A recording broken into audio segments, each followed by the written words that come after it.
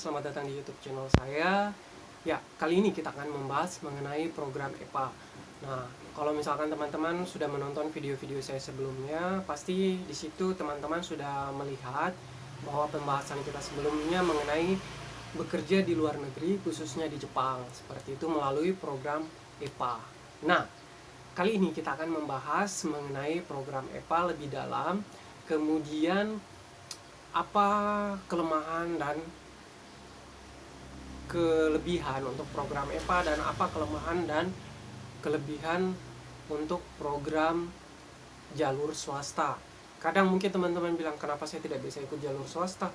Toh lebih cepat saya bisa berangkat, toh saya nggak perlu menunggu lama 1 tahun seperti program EPA.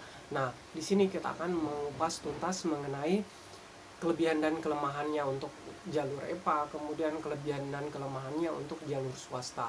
Tapi sebelumnya teman-teman, jangan lupa untuk dukung channel saya dengan cara subscribe teman-teman. Kemudian jangan lupa yang terpenting adalah teman-teman untuk mengaktifkan lonceng notifikasinya agar teman-teman tidak ketinggalan informasi-informasi yang up to date dari saya.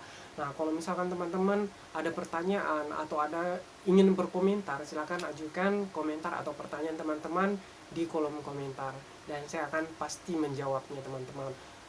Oke, langsung saja kita bahas mengenai program EPA, baik itu dari kelemahan dan kelebihannya maupun untuk program swasta seperti itu. Nah, yang pertama kita bahas mengenai jalur swasta. Kelebihannya apa?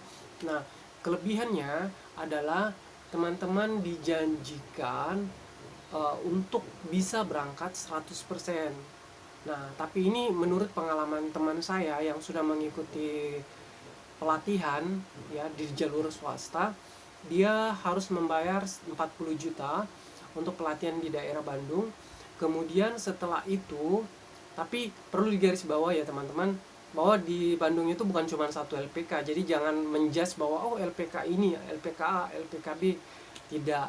Jadi ini menurut pengalaman teman saya. Jadi membayar 40 juta, kemudian setelah dia selesai pelatihan, saya pikir dia sudah berangkat, ternyata belum berangkat sampai saat ini. Nah, jadi kita bahas mengenai kelebihannya. Apa kelebihannya? Berarti apa dong kelebihannya?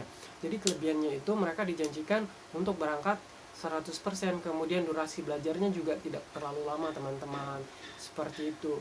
Nah, terus apa kekurangannya? Ya, kekurangannya adalah teman-teman harus mengeluarkan uang yang begitu banyak untuk ikut pelatihan di tempat-tempat pelatihan seperti itu.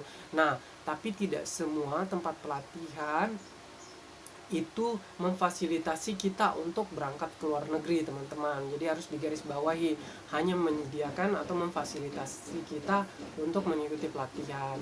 Tapi memang ada beberapa LPK yang menjanjikan kita pasti akan dikirim ke luar negeri seperti itu teman-teman.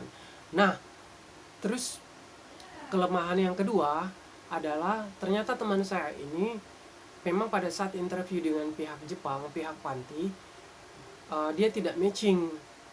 Makanya teman saya menjadi daftar tunggu seperti itu, daftar tunggu untuk kalau misalkan ada lowongan lagi, ya dia interview lagi. Interviewnya dengan cara apa? Interviewnya dengan cara online kalau untuk teman saya ini seperti itu.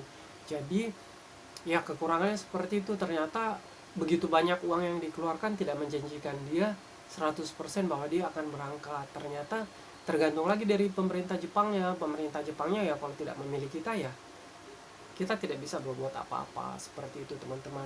Nah, terus kalau misalkan untuk program EPA apakah punya kelebihan aja, tidak ada kekurangannya? Tidak juga teman-teman.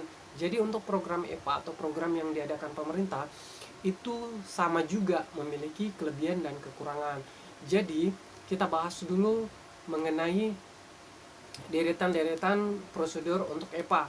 Nah, kalau untuk jalur swasta, kenapa saya tidak menjelaskan secara panjang kali lebar? Karena memang saya tidak pernah mengikuti. Saya hanya mengikuti program EPA. Jadi saya lebih jelas dan lebih mengerti mengenai program EPA. Nah, kalau untuk program EPA, pertama-tama itu kita proses pendaftaran, upload berkas yang diminta, kemudian translate ijazah dan transkrip nilai dalam bahasa Inggris, kemudian kita verifikasi di perwakilan BNP 2 TKI, kita mengikuti tes psikotes, kemudian kemampuan dasar, menunggu pengumuman, kemudian kita berangkat ke Jakarta kalau misalkan kita dinyatakan lulus untuk medical check up, dan juga untuk join interview dengan rumah sakit atau panti penyedia lowongan pekerjaan, yaitu dari pihak Jepangnya. Kemudian setelah itu kita balik lagi ke daerah masing-masing untuk menunggu pengumumannya. Nah, kalau misal tapi pengumuman apa yang kita tunggu? Nah, kita pada saat setelah selesai join interview itu, kita diberi kesempatan untuk memilih panti atau rumah sakit. Nah, kalau misalkan video rekaman kita yang hasil interview kita, kemudian CV kita semua dilihat dan disetujui oleh pihak panti atau mereka memilih kita dan kita juga memilih mereka, artinya kita matching. Nah, di situ kita dinyatakan lulus. Nah, kita baru kembali lagi ke Jakarta untuk masuk asrama untuk mengikuti pelatihan selama 6 bulan di Indonesia. Kemudian setelah itu kita diberangkatkan ke Jepang untuk mengikuti pelatihan 6 bulan lagi di Jepang, seperti itu. Nah, terus apa kekurangannya dong? Apa kelebihannya? Pertama, kekurangannya, waktu proses pendaftaran itu cukup lama sekali teman-teman ya. Jadi dari awal tahun sampai akhir tahun ya, jadi dari pertengahan tahun sampai hampir menuju pertengahan tahun itu proses pendaftarannya, mulai dari pengajuan berkas, kemudian tes-tesnya, join interviewnya, sampai menunggu pengumuman hasil akhirnya, seperti itu teman-teman. Jadi durasinya cukup lama, itu belum termasuk pelatihannya. Kemudian yang kedua, ini yang menurut saya, jadi teman-teman harus mengeluarkan dana di awal ya, walaupun dibandingkan swasta ya masih jauh lebih rendah lah untuk program pemerintah. Nah, dana di awal yang harus kita keluarkan apa, dan itu belum tentu dana itu akan balik ke kita. Kalau misalkan kita tidak lulus ya dana itu akan hangus, seperti itu. Nah, apa saja itu dana yang harus kita siapkan di awal? Nah, untuk teman-teman yang ijazahnya diterbitkan di Indonesia, otomatis teman-teman harus mentranslate dalam bahasa Inggris. Jadi kebetulan saya waktu itu mengeluarkan dana sekitar 300.000 untuk translate ijazah saya. Kenapa 300.000? Karena saya kebetulan lulusan nurse, jadi saya punya 2 ijazah S1 dan ijazah nurse, kemudian transkrip nilai S1 dan transkrip nilai nurse. Jadi saya mengeluarkan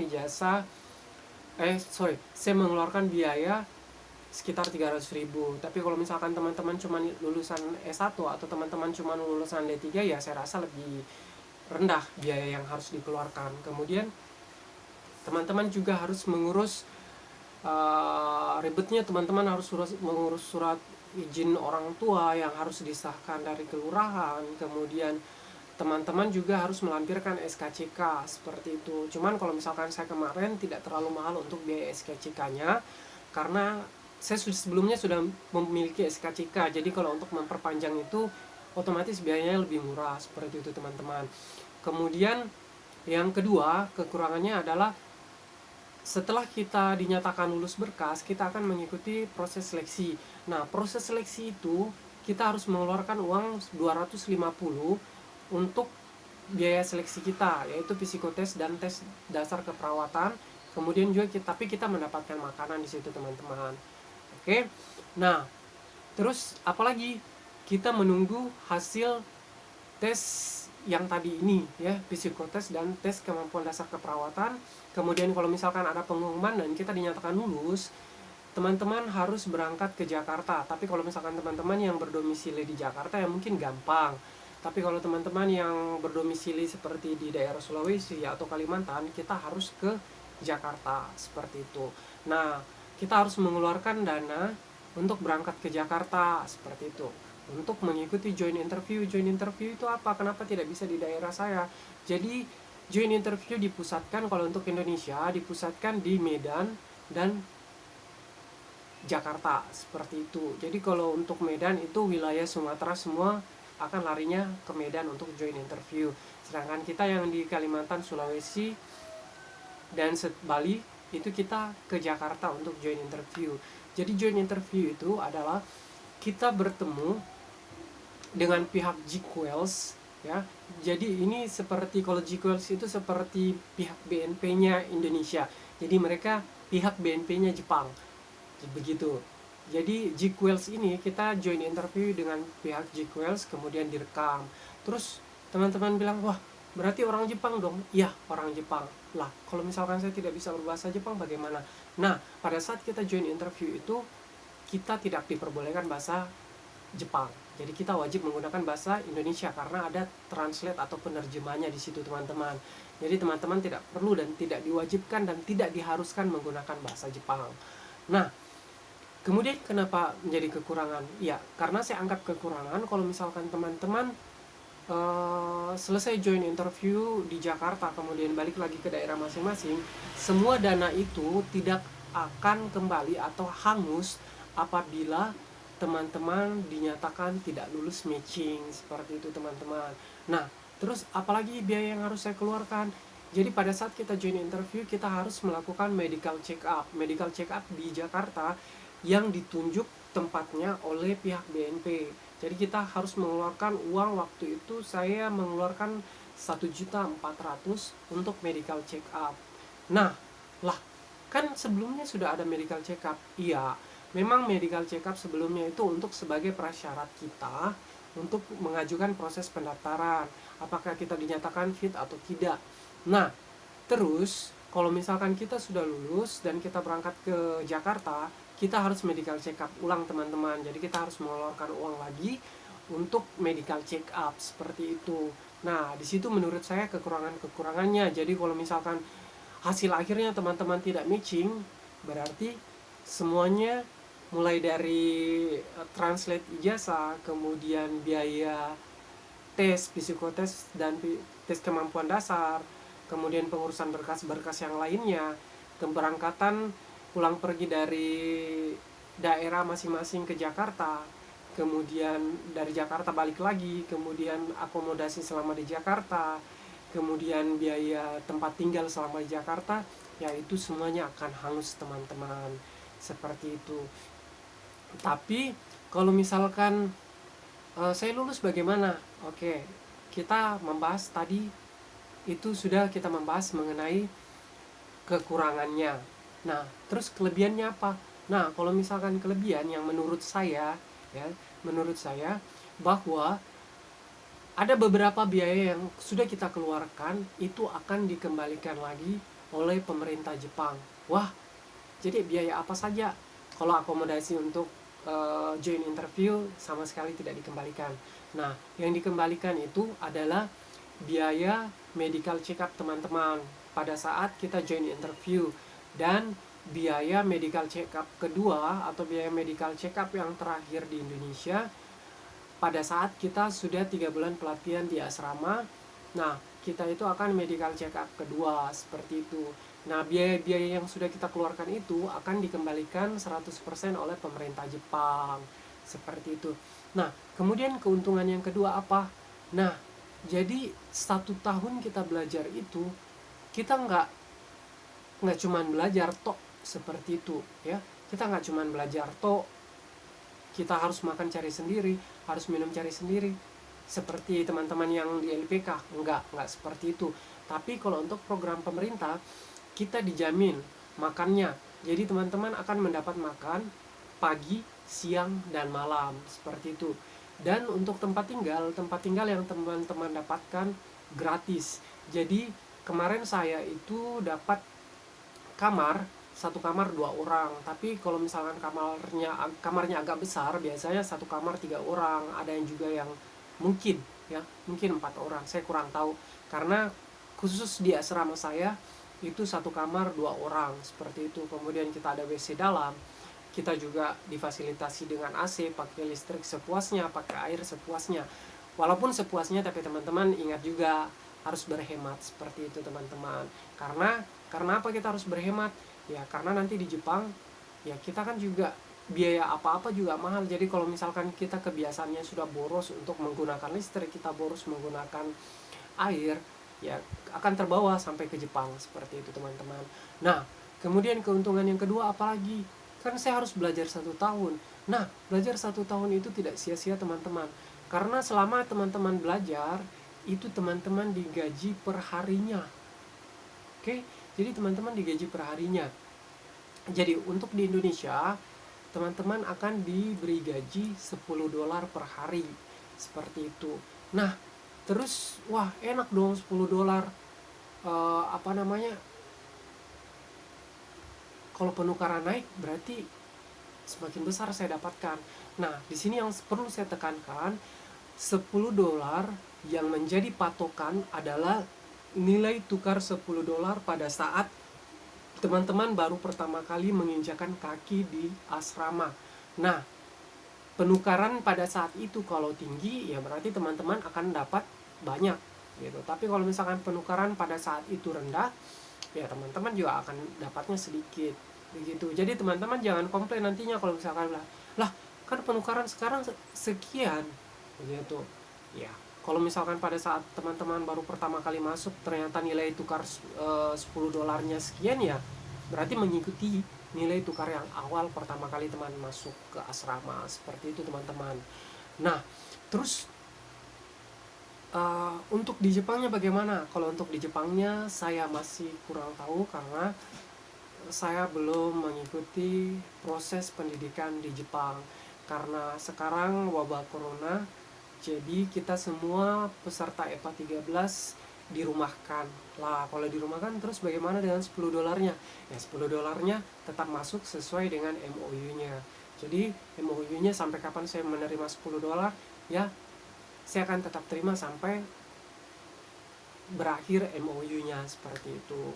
Nah, terus bagaimana dong kejelasan nasib kami? Ya, kita tinggal menunggu keputusan dari pemerintah. Karena sampai saat ini untuk angkatan saya EPA 13, paspor kita masih dipegang oleh pihak BNP dan sementara pengurusan visa. Begitu teman-teman. Jadi tidak perlu khawatir kalau misalkan untuk program pemerintah. Terus apalagi yang keuntungan dari program pemerintah? Yang paling terpenting adalah program pemerintah itu keuntungannya MOU-nya jelas. Oke, jelas antara pemerintah dengan pemerintah.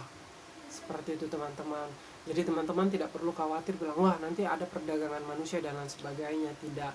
Karena legalitasnya itu jelas sekali. Legalitasnya itu jelas sekali.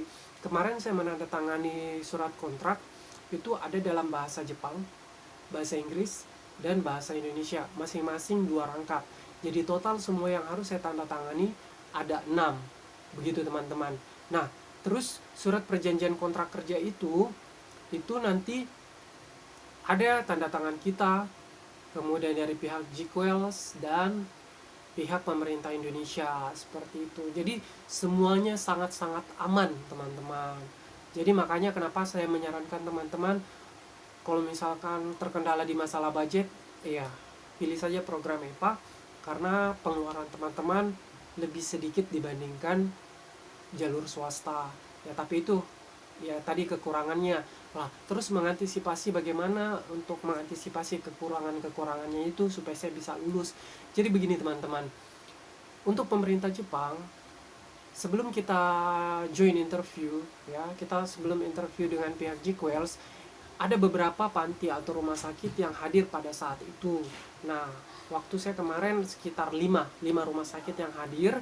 Jadi 5 rumah sakit yang hadir itu, jadi kita semua peserta sambil menunggu interview, kita duduk di stand-stand rumah sakit itu untuk mereka memperkenalkan tentang background rumah sakitnya, kemudian kenapa kita harus memilih mereka, dan kita juga dipersilakan untuk memperkenalkan diri, bertanya kepada mereka, seperti itu teman-teman. Nah, saran saya untuk bagaimana teman-teman bisa terpilih, pemerintah Jepang atau orang Jepang itu, mereka itu suka dengan orang-orang yang pekerja keras dan tekadnya kuat. Jadi pada saat teman-teman join interview dengan pemerintah Jepang atau pihak rumah sakitnya, itu teman-teman usahakan ya betul-betul memang terlihat betul-betul memang teman-teman mau sekali bekerja dan bergabung di rumah sakit itu, seperti itu. Jadi teman-teman jangan cuma bertanya atau cuma diam ya. Kalau cuma diam mereka tidak akan melirik teman-teman. Karena begini teman-teman, saya sendiri tidak memiliki basic dasar sama sekali bahasa Jepang. Nah, dibandingkan teman-teman saya mereka setiap kali duduk di stand mereka berbicara bahasa Jepang karena mereka sudah pelatihan di LPK. Tapi tidak menjamin teman-teman. Nah, buktinya sekarang saya dinyatakan lulus seperti itu, padahal saya tidak punya basic bahasa Jepang sama sekali. Nah, dan rumah sakit itu yang memilih saya. Kenapa? Karena mereka melihat dari kesungguhan kita, niat kita, betul-betul ingin bergabung di rumah sakit itu. Nah, tunjukkan dengan cara apa? Banyak bertanya, ya. Lah, kalau misalkan saya bertanya terus mereka menggunakan bahasa Jepang, saya menggunakan bahasa Indonesia, ya tidak sinkron dong. Jadi di situ ada penerjemahnya. Jadi senior orang Indonesia yang sudah bekerja di situ lama, mereka yang akan menjadi penerjemah di situ. Jadi jangan khawatir teman-teman, kalau misalkan teman-teman tidak sama sekali tidak bisa berbahasa Indonesia, jangan minder. Jadi teman-teman harus banyak bertanya, kemudian menunjukkan attitude yang bagus, kemudian sopan santun, kemudian teman-teman juga ya itu tadi, menunjukkan sikap bahwa teman-teman itu niat sekali untuk bekerja di rumah sakit mereka atau di panti mereka, seperti itu teman-teman, agar teman-teman bisa dipilih mengikuti maksudnya agar teman-teman itu bisa lulus matching. Jadi teman-teman harus menunjukkan kegigihannya, seperti itu teman-teman. Nah, kemudian